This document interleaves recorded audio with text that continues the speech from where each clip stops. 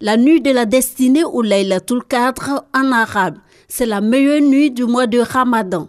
C'est la nuit la plus méritoire, c'est la nuit de l'exaucement des vœux. Laylatul Qadr équivaut à elle seule à 1000 mois d'adoration, soit un peu plus de 8 décennies. Durant cette nuit, tout est décrété. Le nombre d'enfants à naître, le nombre de personnes qui vont mourir, le nombre de gouttes de pluie qui va tomber, tout ce que Dieu réalisera dans cette année sera décrété. Celui qui aura dit cette nuit, ne serait-ce qu'une fois, gloire à Dieu, sera comptabilisé comme s'il aurait passé plus de 83 ans en train de le dire. Celui qui aura fait 1 heure de prière, 2 heures de prière, des aumônes, ça sera considéré comme s'il avait passé plus de 83 ans. Je ne dis pas 83 ans, mais plus de 83 ans en le faisant. C'est aussi au cours de cette nuit bénie que le Coran, le livre saint de l'islam, a été révélé au prophète Muhammad par l'ange Djibril. Le Coran fut révélé au prophète Muhammad durant 23 années selon les circonstances.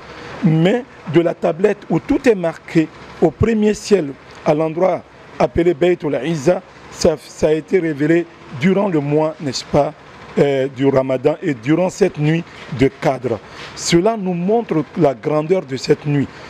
Allah pourrait choisir une autre nuit, mais s'il a choisi cette nuit, c'est qu'il a accordé, n'est-ce pas, sa bénédiction à cette nuit. Pendant toute cette nuit, les fidèles musulmans se consacrent aux prières, invocations, lectures coraniques et se repentissent sincèrement en vue d'améliorer leurs conditions spirituelles et sociales.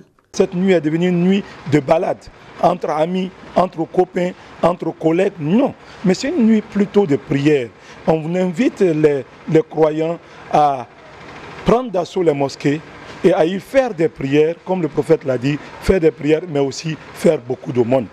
Voilà ce qui est conseillé et toute autre chose n'est que pure hérésie. Tous nos soucis pourront être extériorisés à travers, n'est-ce pas, nos prières.